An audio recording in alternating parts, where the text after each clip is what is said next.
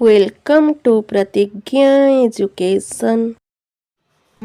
Hello friends, आज मु आपणମାନଙ୍କ सहित शेयर करने जाऊँगी रामायण उपरे 10 धाड़ीर रचना।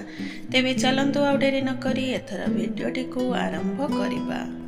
रामायण हेउची भारतर एक प्रसिद्ध महाकाव्य। एहाको महर्षि वाल्मीकि रचना करिथिले। ଏହି କାବ୍ୟରେ ଭଗବାନ ଶ୍ରୀରାମଙ୍କ ଜୀବନୀ, ତାଙ୍କର ଗୁଣ ଓ ଆଦର୍ଶକୁ ବର୍ଣ୍ଣନା କରାଯାଇଛି। ଶ୍ରୀରାମ ଅଯୋଧ୍ୟାର ରାଜା ଦଶରଥଙ୍କ ପୁତ୍ର ଥିଲେ। ସେ ପିତୃ ଆଜ୍ଞା ପାଳନ କରି 14 ବର୍ଷ ବନବାସ ଯାଇଥିଲେ। ବନବାସ ସମୟରେ ଲଙ୍କାର ରାଜା ରାବଣ ସୀତାଙ୍କୁ ହରଣ କରିଥିଲେ। ହନୁମାନ ଓ ବାନର ସେନାଙ୍କ ସାହାଯ୍ୟରେ ରାବଣଙ୍କୁ ପରାଜିତ କରି ସୀତାଙ୍କୁ ସେ ଉଦ୍ଧାର କରିଥିଲେ।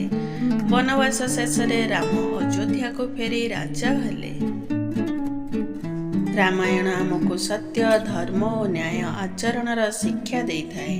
ଏହା ଆମକୁ କର୍ତ୍ତବ୍ୟ ଓ ନୀତିର ମୂଲ୍ୟ ବୁଝାଇଥାଏ। Thanks for watching.